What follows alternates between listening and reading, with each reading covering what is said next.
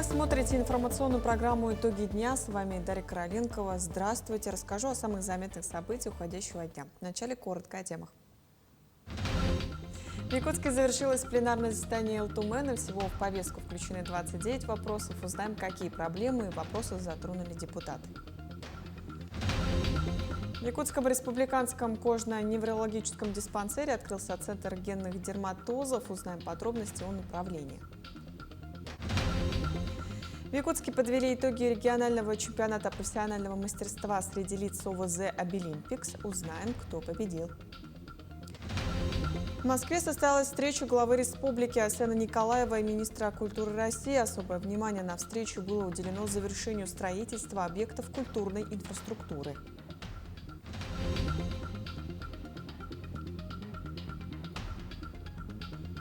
Ленинградская городская библиотека открывает неделю детской книги. На ближайшие дни запланирован ряд мероприятий.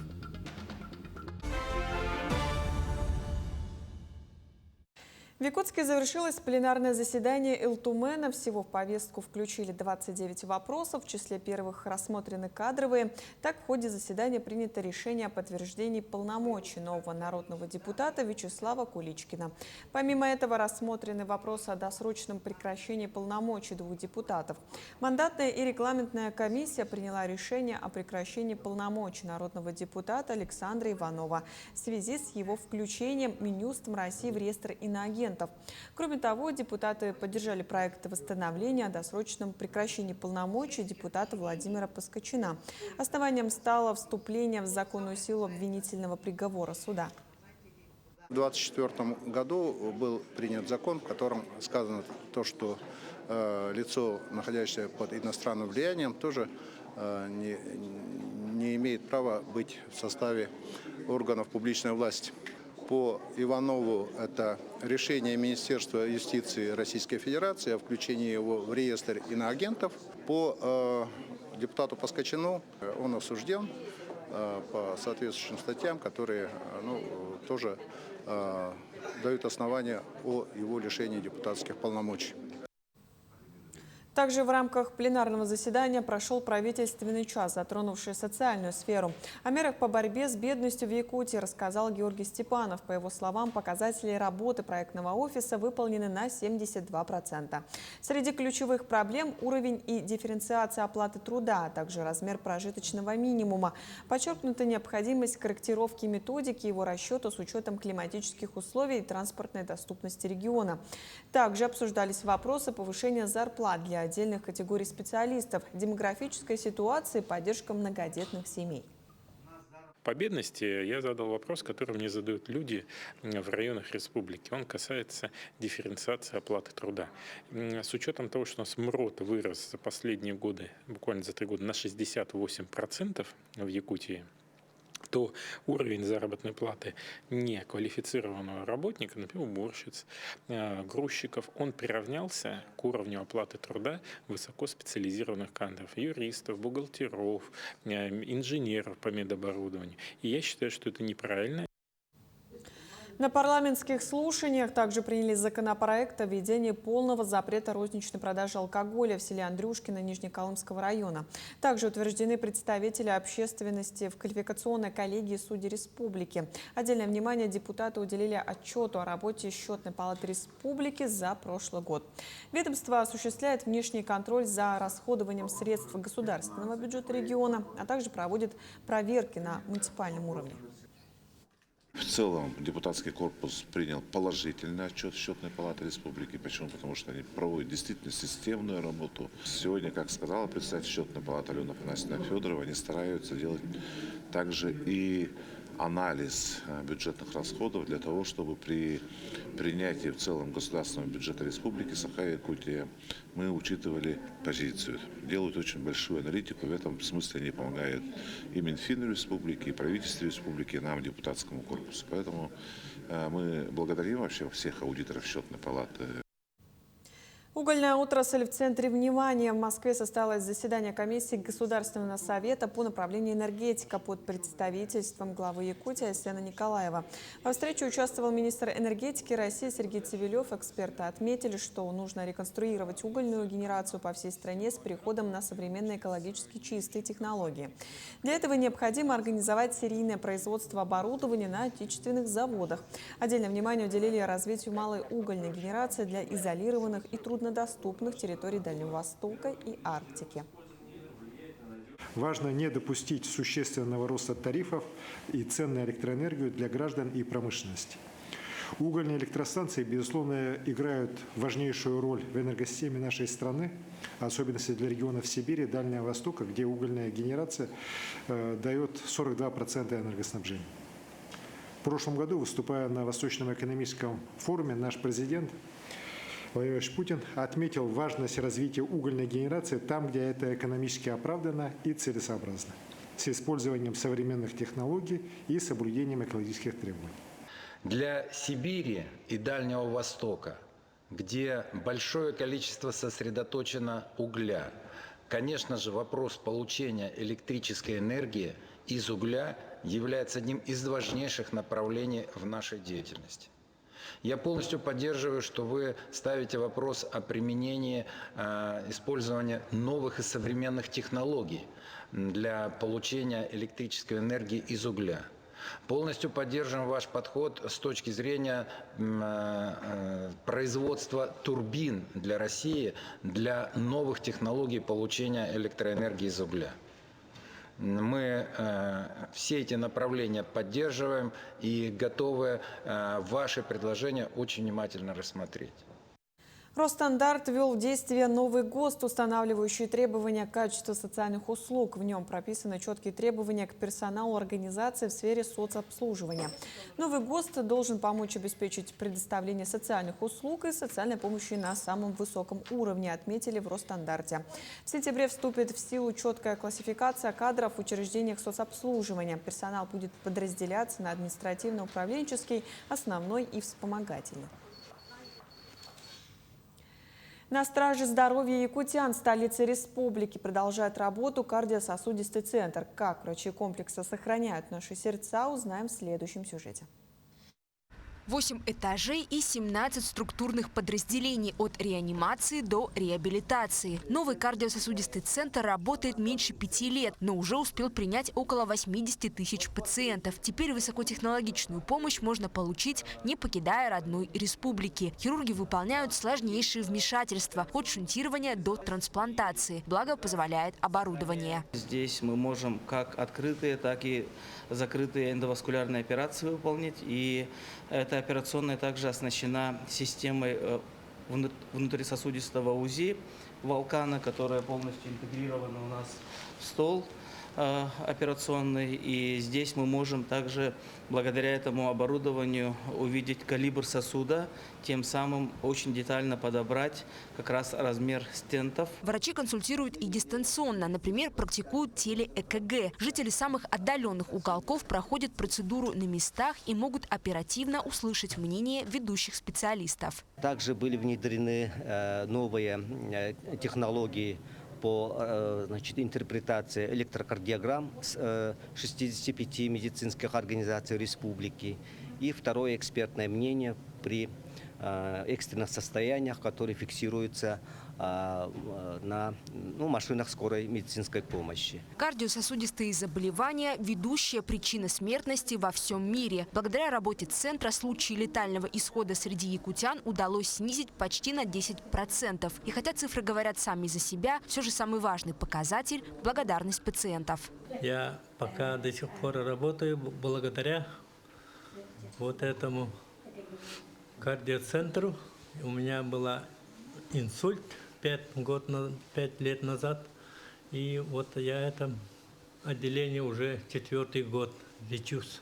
Я очень рад, что тут такое громадное строение, такие хорошие работники. С недавних пор в центре открылась кафедра интегративной кардиологии, где молодые врачи будут познавать азы лечения заболеваний сердца. С местом работы у будущих специалистов проблем точно не будет. В следующие 5 лет в Якутии запланировано строительство 57 медобъектов по президентскому нацпроекту «Продолжительная и активная жизнь».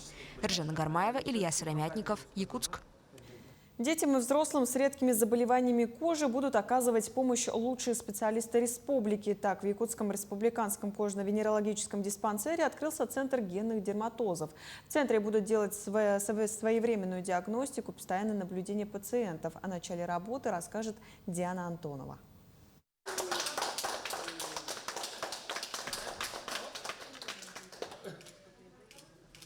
Ура! С сегодняшнего дня Центр генных дерматозов уже начал прием первых пациентов. В начале работы специалисты из Москвы и Нижнего Новгорода вместе с врачами Якутии приняли больных ихтиозом, а также начали забор крови на генетический анализ. Мы многодетная семья. У нас, получается, младшая родилась с врожденным ихтиозом. Сейчас диагноз ставит булезный ихтиоз. Мы познакомились с хорошими врачами, нам порекомендовали разные дополнительные мази, которые улучшают нашу кожу, да?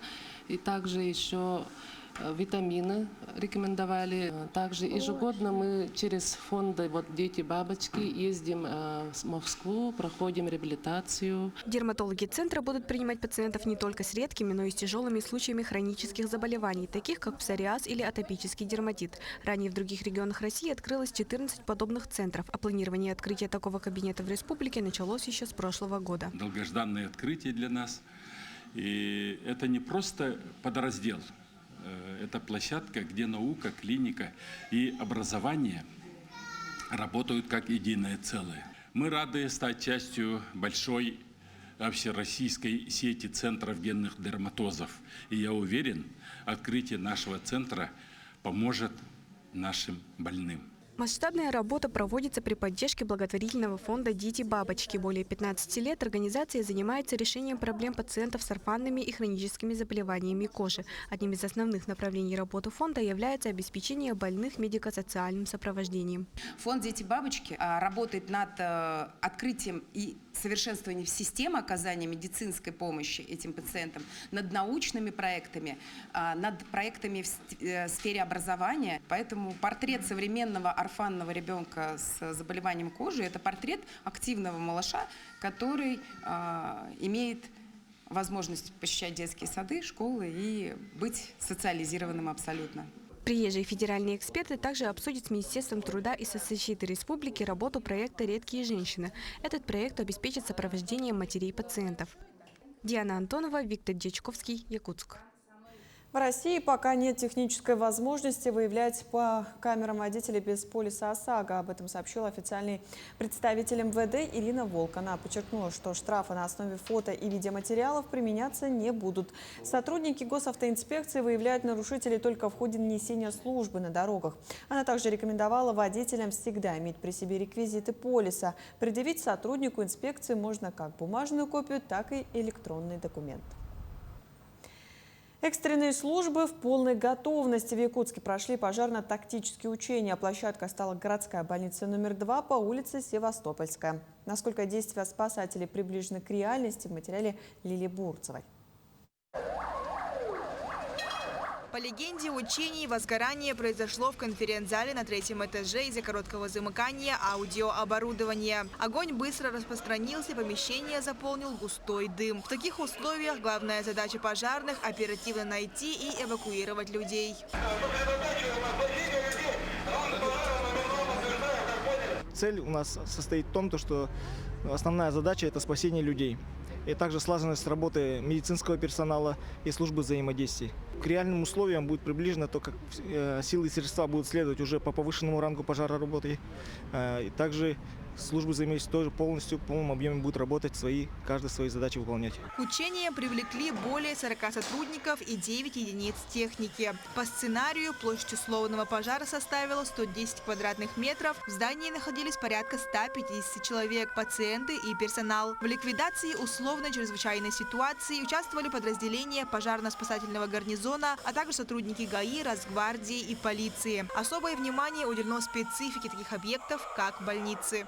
Работа в больнице – это прежде всего связано с тем, что там есть больные люди. Больницы бывают разные заболевания в связи с этим, что есть люди, которые лежачие, есть люди незрячие, со всеми разными болезнями. И основной упор делается на то, чтобы в кратчайшие сроки найти этих людей, через разведку, опросом администрации, поскорее найти этих людей и вывести их всех на свежий воздух.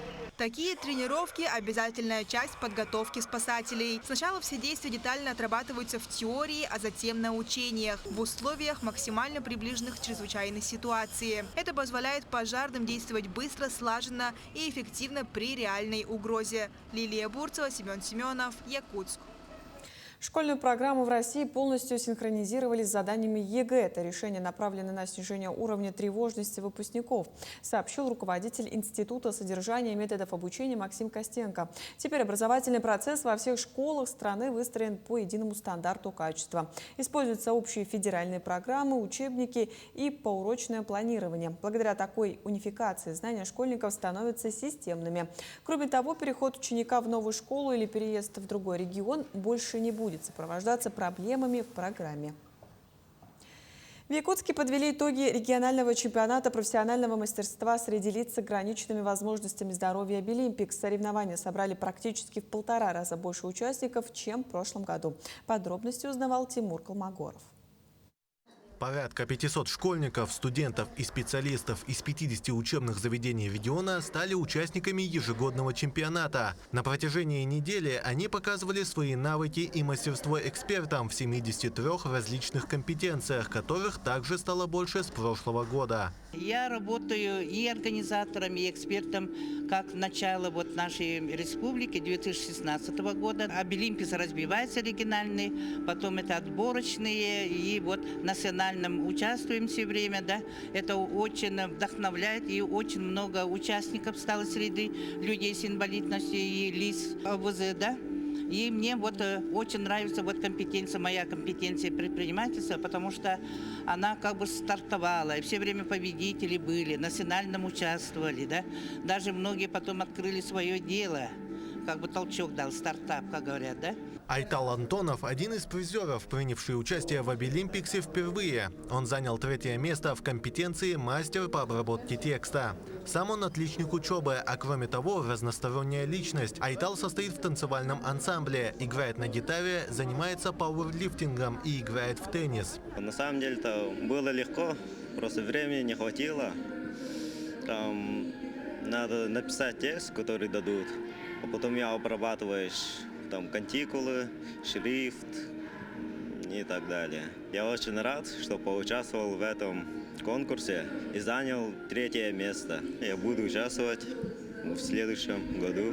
Помимо победителей в компетенциях был выявлен топ-5 лучших результатов среди профессиональных высших учебных заведений и отдельно среди школ. В этом году первые места заняли Республиканский техникум-интернат профессиональной и медико-социальной реабилитации инвалидов и Республиканская коррекционная школа-интернат для неслышащих обучающихся. Для нас наши ребята – это самые замечательные ребята. Ежегодно к нам поступает 110 обучающихся с инвалидностью и с ограниченными возможностями здоровья. И они получают профессии, специальности. И, конечно, самой важной задачей для нас и для них является трудоустройство. Всего по итогам конкурсных соревнований были определены 230 победителей и призеров. Для большинства участников чемпионат – способ показать свои силы и доказать не только другим, но и себе свои возможности для работы в профессии мечты. Нам нужны рабочие специальности, и оставлять за бортом ребят, которые имеют какие-то заболевания, я думаю, не стоит. мы в этом убедились сами. Они являются настоящими профессионалами на 100%, которые могут выполнять те или иные задачи не хуже здоровых людей. Чемпионат Обилимпик стимулирует и открывает в участниках новые таланты и навыки, а также позволяет уверенно двигаться к своим профессиональным целям. Победители по компетенциям в дальнейшем представят Якутию уже на национальном финале чемпионата, который пройдет в Москве. Тимур Калмогоров, Виктор Дечковский, Якутск. В Москве состоялась встреча главы республики Арсена Николаева и министра культуры России Ольги Любимовой. Министр отметила, что Якутия полностью выполнила все плановые показатели нацпроекта «Культура». Также удалось обсудить реализацию нового национального проекта «Семья», в рамках которого в прошлом году были оснащены 7 детских школ искусств, 2 музея и Национальный театр танца имени Зверева Кыл-Уолла. Особое внимание на встречу было уделено завершению строительства объектов культурной инфраструктуры, поддержке театрального искусства, кинопроизводства, сохранению нематериального культурного наследия. Также Арсен Николаев проинформировал министра о ходе строительства нового здания Высшей школы музыки, возводимого по поручению президента России Владимира Путина. Активно ведется работа по развитию в целом культурной среды. И, конечно, объявление Года культуры нашей республики это сделано именно для того, чтобы культура, как такой базис, духовный базис, фундамент нашего общества, играла еще большую роль. Я с удовольствием пригласил Ольгу Борисовну к нам в Якутию. У нас, слава богу, много хороших, серьезных мероприятий в этом году. И Арсен Сергеевич поднял вопрос о поддержке наших театров. В этом году у нас 135-летие русского драматического театра, Саха-академического театра. В этом плане гастроли, которые планируются в Москве, Саха-академического театра на площадках ведущих театров России поддержано. И, безусловно, вот осенью планируются гастроли Саха-академического театра. Мы, конечно, благодарим за поддержку и руководство Малого театра, и, конечно, наше Министерство культуры Российской Федерации. Нерюнгринская городская библиотека открывает неделю детской книги. На ближайшие дни запланирован ряд мероприятий для разных возрастных групп. Это одна из старейших просветительских акций. В этом году она приурочена к Году единства народов России. Каждая книга – это волшебный сундучок с удивительными историями и секретными знаниями. Сегодня в гостях в городской библиотеке самые юные читатели. Ребята активно включаются в игру, отгадывают загадки, общаются со сказочными персонажами и задают вопросы. Есть подружка у меня, хоть она и молчалива, рассказать готова мне все, о чем бы ни спросила. А принес ее мне Мишка. Догадались? Что это? Мишка! Цель акции – еще раз напомнить о том, что книга – это не просто страницы с картинками, а целый мир, который становится ближе и помогает узнать много интересного. Это праздник книги, это праздник чтения, это праздник лучших читателей библиотеки. Продолжением развлекательной программы стало театрализованное представление. Небольшой кукольный спектакль вызвал восторг у всех присутствующих зрителей.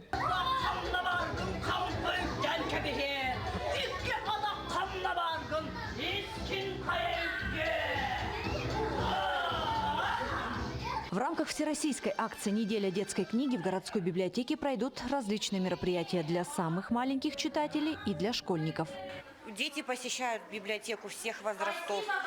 От 5 лет, 3 лет и старше, и даже 9-классники приходят. Очень много детей к нам ходит. Они любят библиотеку. У нас очень интересно, много познавательной литературы, фонд обновляется регулярно, поэтому дети любят к нам приходить. На празднике книги дети не только получили заряд хорошего настроения, но и охотно поделились знаниями о самостоятельно прочитанных книгах. Я прочитала книжку «Лабубу» и книжку «Колобок».